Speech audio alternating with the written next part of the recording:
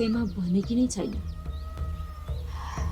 उहाँ बित्नुभयो भनेर उहाँको मामाले, आमाले, हजुरआमाले उहाँको नाममा भएको बिमाको पैसा निकाल निकाल भनेर मलाई दिन रात दुःख दिइरहनुहुन्थ्यो, सताइरहनुहुन्थ्यो।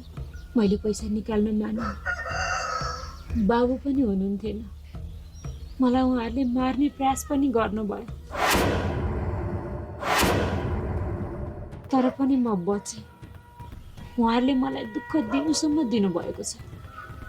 तर अब अहिले पक्कै पनि उहाँ जिउँदै फर्केर आउनु भएको कुरा थाहा पाउनुभयो जस्तो छ। अब मलाई त्यति धेरै दुःख दिनुभएको थियो, अनि उहाँ जिउँदै फर्किनु भएको कुरा थाहा पाएपछि त उहाँहरूको साथ त गयो होला। अब भान्जे बुहारीले भान्जालाई सबै कुरा लगाइ होला।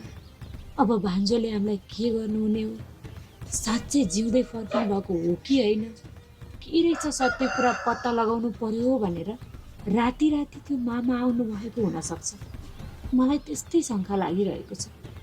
नत्र त यतिका 3 रातसम्म को आउन सक्छ? चोर नै आएको भए त घरमा केही न केही चोरी हुनुपर्ने। बाहिरै राखिएका बेच्न मिल्ने वस्तुहरू पनि चोरी भएका छैनन्। 3 रातसम्म घरमा चोर आउनु तर केही पनि चोरी नहुनु, यो त अचम्मकै कुरा हो। फेरि मामाले नै लगाउनु भएको जस्तो घाँटीको माला यहाँ छुट्नु, यी सबै कुराहरूले गर्दा मलाई पक्कै मामा नै आउनु भएको हो जस्तो लागिरहेको छ।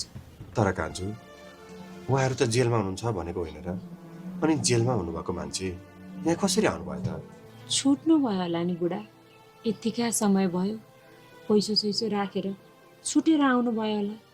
गाउँमा कसैले थाहा पाएर हल्ला गरिदियो होला, त्यसैले साँच्चै हो कि होइन भनेर शङ्का लाग्यो होला।